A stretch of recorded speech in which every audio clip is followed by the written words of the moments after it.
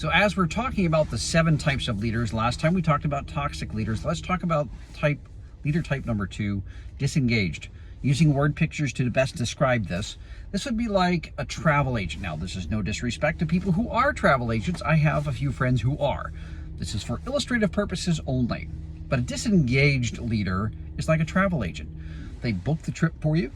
They lay out your itinerary. They make sure you have all the resources, contact information. They say, have a great trip. Let me know how it goes. If you need anything, I'm here for you. But they don't actually go on the trip with you. Now, it could seem like this is a great leader. They're giving you all the resources that you need, but disengagement means that you're not involved in, not to the point of being a helicoptering, micromanaging leader, but just bringing others along as someone who's been there before means you're going on the trip with them. It's a together thing.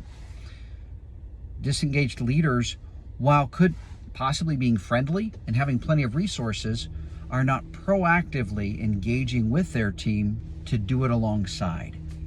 And that's why disengaged leaders can have impact, but it's potential and it's quite limited because they're not putting the effort in to engage proactively with.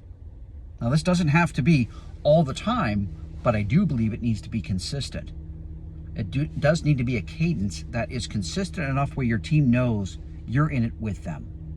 So to avoid being a disengaged leader, to be engaged, make sure you have the resources, make sure you have communication, make sure that you're providing as much as you possibly can for them to be a success, but make sure you're also doing it with them. That's how you transition from being a disengaged leader to an engaged leader.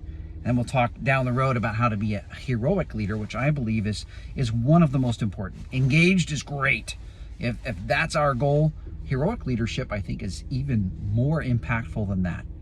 But number 2, do not be a disengaged leader. Don't be a travel agent. Be an engaged tour guide that goes on the trip with them.